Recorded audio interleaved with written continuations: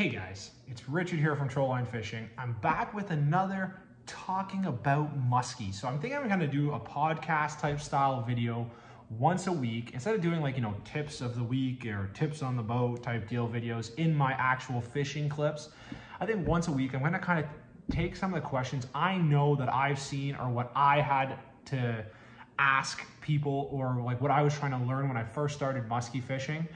And, I'll kind of give you guys brief of hopefully what I'm hoping to do each week with fishing. And eventually I'd like to get it where I can get actual guests or other people on and, talk to them and kind of do a video like that. Cause I think it was really good. I talked about last week, talking about different lure colors, depending on water clarity, different speeds, depending on water clarity and weather and stuff like that. So I did just something like that. So I did very basic, but I also answered a bunch of questions that I had and what I have read about. So before I start that, I'm just gonna show you guys, we are like a week out, not even a week out, I'm going crazy. We're like 5 days out from LSC. Me and Steve are so excited. We're hoping the winds keep up, rain doesn't bother us. These are Great Lakes fish. They know what they're doing in the rain. I'm just kind of hoping the wind kind of keeps us so we can go on to Bell River and fish the main part of the lake. Had to go get my extra Husky Musky leaders. Not sponsored by anybody, I always say that. It's just what I use. 36 incher, had to get a couple spares. I found one of mine was fraying, so you'd hate to have one that's frail, like frayed, and then fish of a lifetime hits and it snaps it somehow. You will never know if it was because of your leader or if you're just an idiot. So I changed it.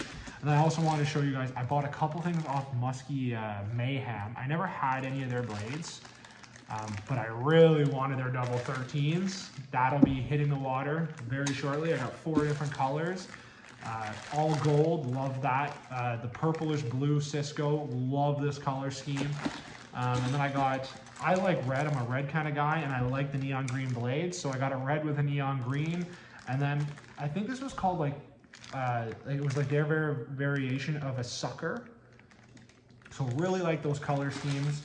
So I'm excited to get those wet this weekend, or next week, sorry, not weekend. One of the videos I'm going to talk about that I have seen so many people do videos on, talks about and, how-tos and this is electronics. So this doesn't have to just go with musky fishing. This can also go with bass fishing. Do you really need electronics? The correct answer is no, you do not. But it does give you many advantages if you do get electronics. For example, if you get, one of the Helixes or Solixes or Garmin's or Lowrences, however you want to pronounce it, they are going to give you great insights on rock ledges, elevation changes. You can't see those, but on those finders, a lot of them that have the side imaging nowadays, I recommend if you're going to buy one with the side imaging, the down imaging, the map, just because it makes it a lot easier. Like I have a 9-inch, a Helix 9 or a Helix 8. I think I have a Helix 9. I got a Helix 9 for the price of a Helix 7 or something, or a Helix 8. I don't remember which one I got. I think I got an 8 or 9, who knows. But it's got side imaging, GPS, and down imaging. And I can have 3 separate screens showing each of them. And it allows me to kind of see 75 feet off to either side of my boat, lets me see the trail I'm following or the lines or the depths that I'm on. So if I'm trying to find a 12-foot weed line, I'm on 12 feet. If I don't see it at 12 feet, I start going to 13 and 14 and so on. So that's one of the reasons I really think they're good to have, because you can kind of see where the edge of that weed is, especially using your side imaging. And depending on where you fish, sometimes you're looking for vegetation or you're looking for a steep cliff off down. So, this up here might be 6, 7, 8 feet and it humps down to 15, 16 feet. You want to fish on that transition right here. You want to be on that hill. For some reason, fish gravitate to those.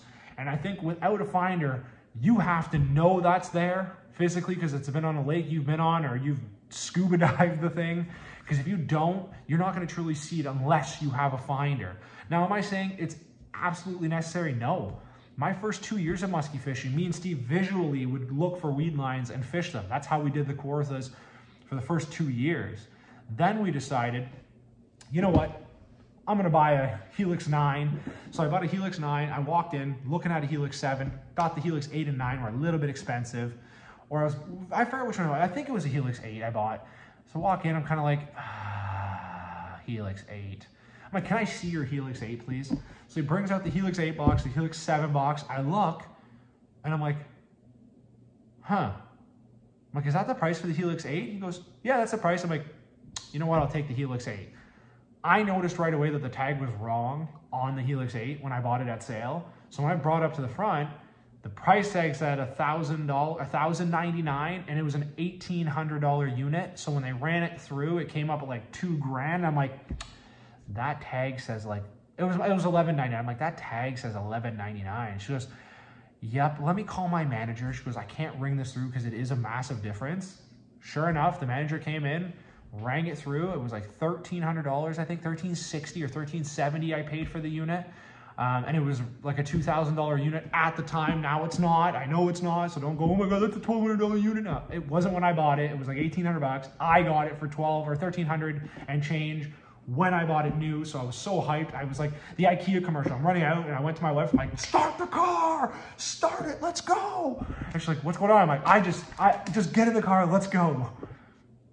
So I got lucky with it, but now I depend on it so much. And I don't even just use it now specifically for, you know, finding edges or different, you know, walls. I even use it for the map function of it, because the map on mine actually traces where you've been. So it's actually really good if you're out at night, you can remember kind of what is safe going off your finder. And I've done it before on lakes where we can't really see because it's pitch black out. We're able to get to the launch safely because the fish finder's been on. We follow the path. You know, you can go top speed if you want because you can literally follow that. Now, am I saying that's the best way to get in at night? No, I'm not. Just something I've done before, and it does help a lot with that. Now, you know, I'll give you an example for bass guys. The biggest thing with bass guys, a lot of them buy the Panoptics, which is the down angle directly below. And a lot of those guys use it because they can actually see schools of bass and schools of other fish, and, you know, they can pitch at them. And I've seen not today's angler, I was gonna say, sorry.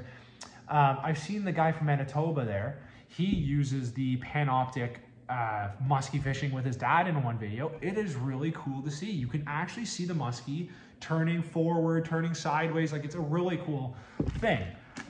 But there is a but when it comes to getting electronics. You have to remember, it's more stuff you have to bring. It's more batteries that you may need. You know, some people may not be able to put it on their back battery because they already have too much shit on that battery. So that could possibly mean bringing a full 12-volt battery into your boat as well. Because a lot of people, you can't hook it up to your trolling motor because that's usually 24-volt or 36-volt tandem. So you can't hook up to that because it's running 36 volts or 24 volts. You need just 12. Your back battery might not be able to support it because it's already running the motor, the bilge pumps, your horns, your lights. It may be too much. So you have to be worrisome about that. Then there's the big thing that they are costly and you can break them. They're not, it's electronics. You know what happens. You know, it can break and it can cost you. They're not really, I find they're dependable. I don't have as much hours as some of these guys do, but it definitely can break and it is a costly fix. Like, I'm dreading that when mine breaks, because then even that, I got to remove the bracket I put in for it. If I buy a bigger or smaller unit, I got to put the new bracket in. So you're constantly drilling holes in your boat, which, you know, a lot of guys don't like doing. I was very, very iffy about it. And I find the biggest thing is your transducer. It's a bitch to mount properly at times. So like so many guys can tell you they've done it right. There's always little issues here and there that you may have. But you can pay people to do it as well if you want. I did it myself because I knew how, so I was okay with it. Like, my monitor's pretty clear and I can see pretty much everything. Actually, I just thought of another point. Something that's huge with a fish finder, depending on where you fish, especially like we're going to LSC. It's a bowl, that lake. It's like a big, massive bowl. It's not very deep. I think 25 feet's the deepest in the middle of actual Lake St. Clair, or 26 feet.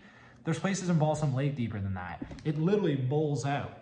There's not a lot of structure. There's the hump in the middle I know of, and, you know, there's gonna be humps here and there, but mostly it's sand bottom.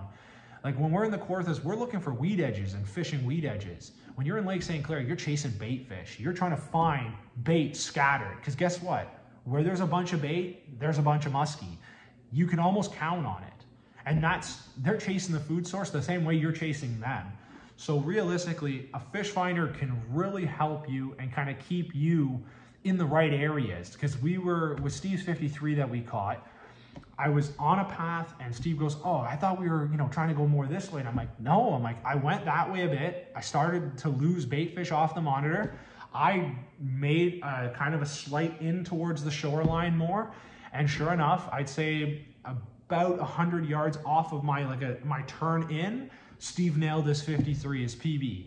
And I think the electronics, I was a firm believer. When I started musky fishing, I was a bare bones, hold your rod guy when you trolled, didn't need electronics, all of these things. Now I have rod holders, I have electronics, and rod holders save you, because me and Steve, when we started, I gotta give Steve credit because he is older than me. I know it's a fact. I don't care what anybody says, it's a fact. I'm younger than him. But we used to hold our rod for 10-hour days, 12-hour days, fishing musky, trolling double 10s, crankbaits. People would think we're crazy because we got this 8'6" rod. I used to tuck it in behind me where my seat was, so I'd have it in my seat on my arm. If a fish hit, I'd set like this. And I ended up buying the rubber track systems for my Lund to slide in place when we were doing that initially. And Steve ended up ripping his off in St. Clair the first year I used them. And he's like, oh, the fish ripped them. And I have video proof of him physically ripping it off by hand. And I'm like, no, you did, not the fish. Then I bought the Brocraft metal ones, and it's been all good since then. So yeah, I never really thought I would need electronics or want electronics.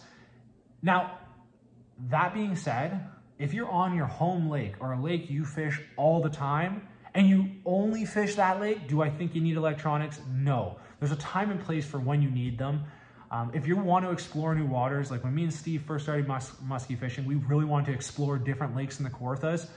That makes it easier for you. And you know what? I don't know about you guys. I'm a worry beaver, or is it worry beaver? I'm a worried kind of guy when I go fishing or when I'm going to new places.